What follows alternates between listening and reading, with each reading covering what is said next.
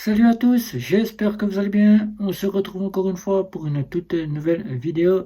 Bienvenue sur la chaîne JC Neobank, banque en ligne.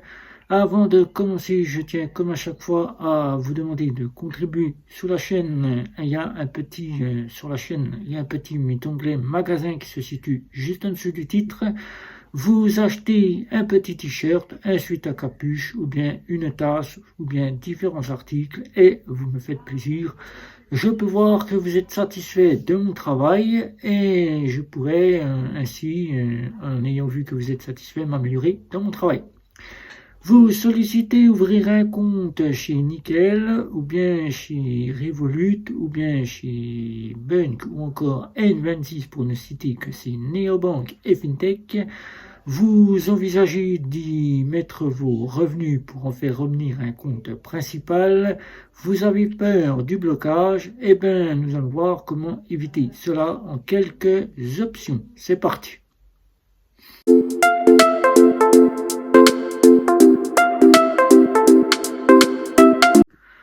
Le compte Nickel, Revolut, N26 ou encore Bunk, pour ne citer que ces néobanques et FinTech, vous sollicitez ouvrir un compte dans ces domaines-là.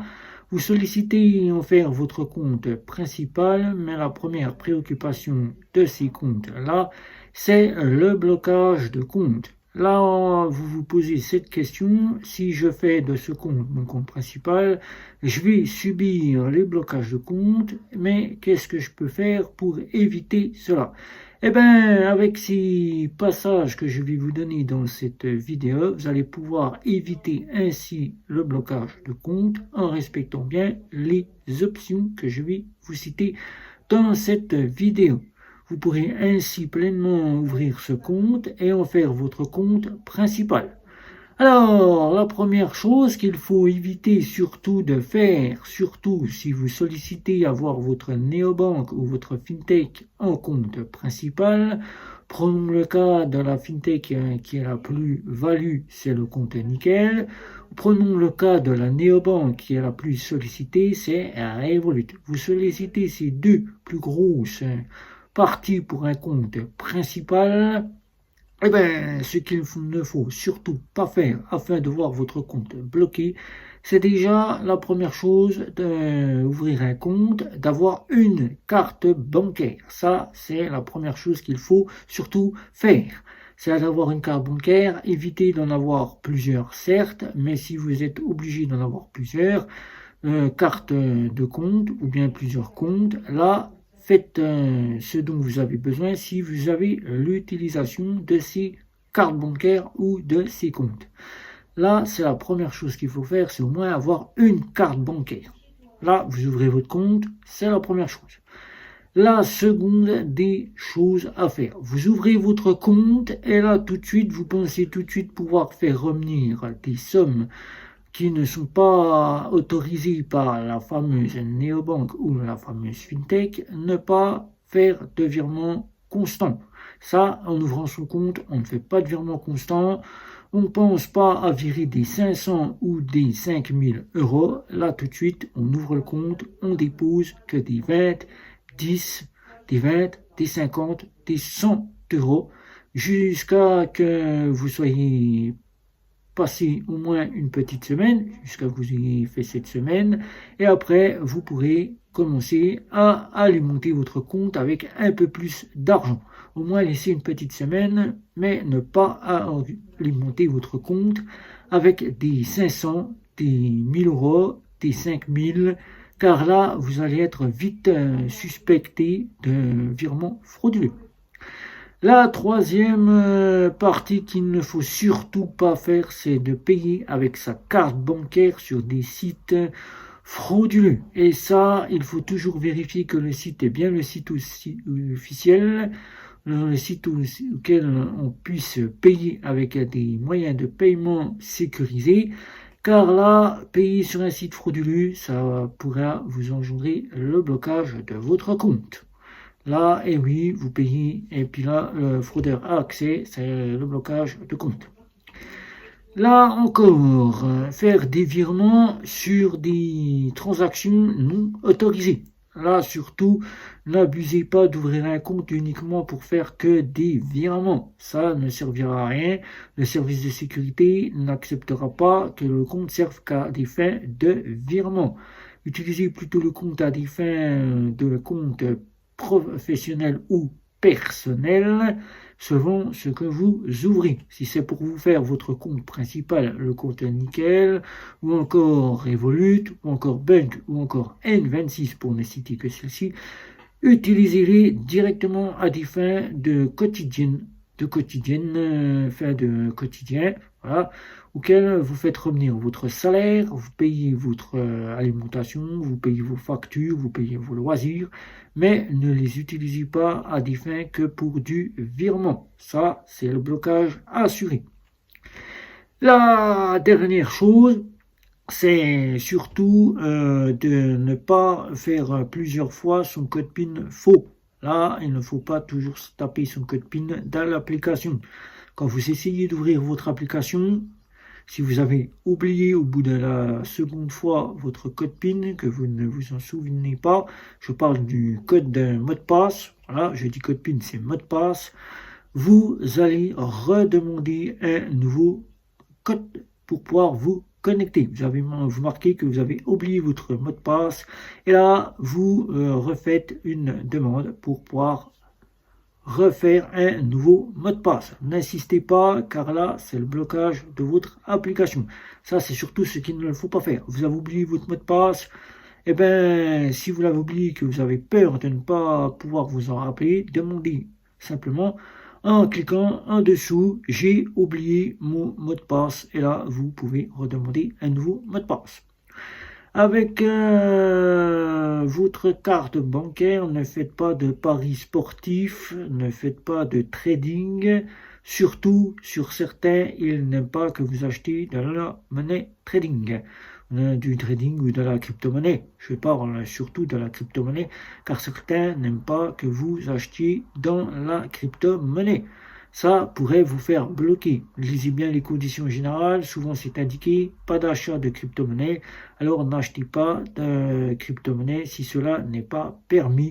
Ne faites pas de paris sportifs si cela n'est pas permis, car souvent c'est indiqué dans les conditions générales, il est interdit de faire des paris sportifs avec la carte bancaire ou bien de payer dans la crypto-monnaie. Alors donc le cas de chez Wise qui autorisait jusqu'à présent, si vous le souhaitez vous faire un compte principal, Wise autorisait l'achat de crypto-monnaies, mais depuis quelque temps, il refuse totalement l'achat de crypto-monnaies.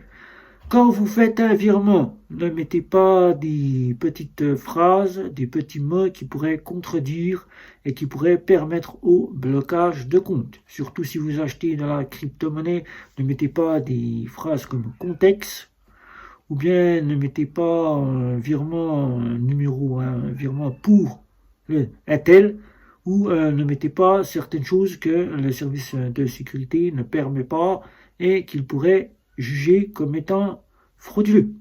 Donc, si vous respectez bien ces parties que je vous ai citées dans cette vidéo, votre compte n'aura pas lieu d'être bloqué. Il y a encore d'autres parties qu'il faut que vous respectiez bien et surtout même bien. Ne pas utiliser la carte bancaire à des fins de rechargement, c'est-à-dire par exemple, vous sollicitez, comme actuellement, il y a des blocages de compte suite à des cartes bancaires, des banques traditionnelles classiques et des banques en ligne qui se font voir comme étant des fraudes.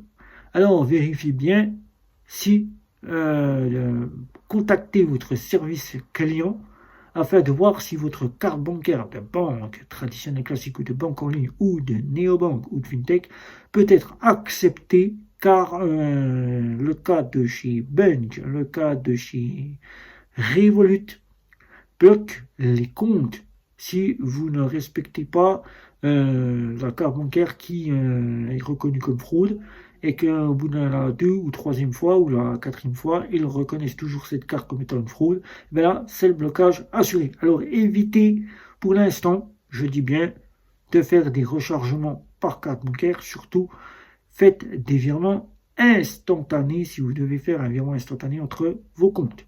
si vous devez faire venir de l'argent de votre compte principal à votre compte Revolut, si vous faites revenir votre argent pour votre compte principal. Voilà.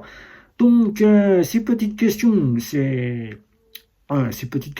options, voilà, tout simplement, sont là. Il faut les prendre en considération. Si vous les prenez bien et que vous respectez bien en ayant pris connaissance de ce qu'il faut surtout ne pas faire pour pouvoir bloquer votre compte, eh bien, tout simplement, je rajouterai un plus.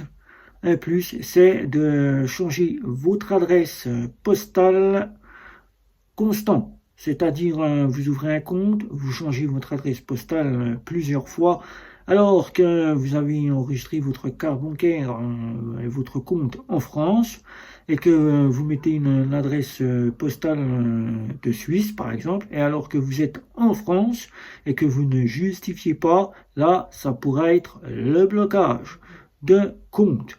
Alors, si vous habitez en France et que vous mettez une adresse postale en Suisse, surtout ne le faites pas.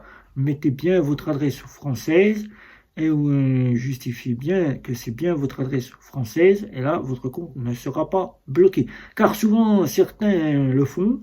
J'ai déjà remarqué cette pratique. Ils ouvrent des comptes et directement, ils mettent une adresse turque ou bien une adresse marocaine alors que ce n'est pas toléré. Alors, et ils le font plusieurs fois. Ils changent plusieurs fois au bout d'un mois. Et là, c'est le blocage de compte assuré. Alors, afin d'éviter de vous voir bloquer votre compte, évitez de changer votre adresse trop souvent. Mettez-la, et si vous déménagez, que vous allez par exemple dans une autre ville en France, vous justifiez, vous donnez votre justificatif, et si vous partez dans un pays étranger, là vous justifiez bien et vous vérifiez bien que la néobanque est disponible dans le pays auquel vous vous rendez. Si ce n'est pas disponible, là vous n'aurez pas le choix que de chercher une nouvelle néobanque ou une nouvelle fintech. Comme par exemple le compte Nickel, vous partez en Belgique, les Français ne peuvent plus ouvrir de compte.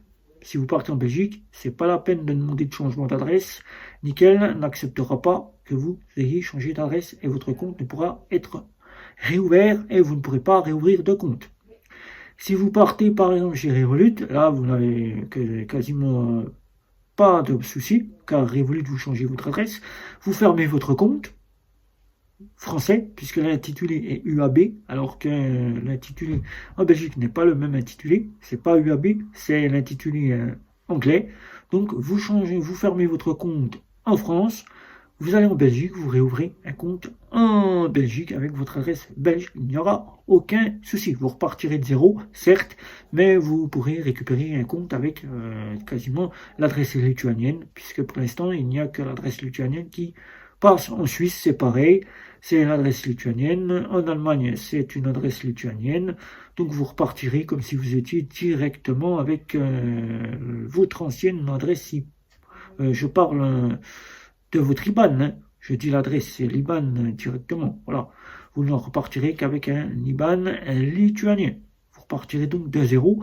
Et de vous dire, ben, ça change rien que j'ai changé mon IBAN en France, je pars en Allemagne, je déménage, et ben là, je suis obligé quasiment de fermer mon compte et de réouvrir un compte pour pouvoir réutiliser Revolut pleinement dans ses fonctionnalités.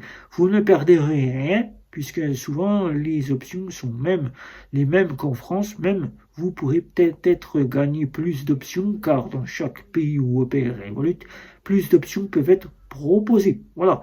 Donc une chance pour vous, peut-être qu'en Allemagne, vous aurez des options que vous n'avez pas en France, alors que si vous alliez en Suisse, peut-être que vous aurez des options que vous n'avez pas en France, comme par exemple les frais en Suisse que vous n'avez pas en France, vous les avez en Suisse. Voilà. Donc si vous avez des questions sur les choses qu'il ne faut surtout pas faire pour ne pas voir bloquer votre compte néobancaire ou fintech, si vous ouvrez un compte pour en faire votre compte principal, eh bien n'hésitez pas, mettez un petit commentaire, likez, partagez, abonnez-vous et sur tous les réseaux sociaux. Ciao, ciao, ciao.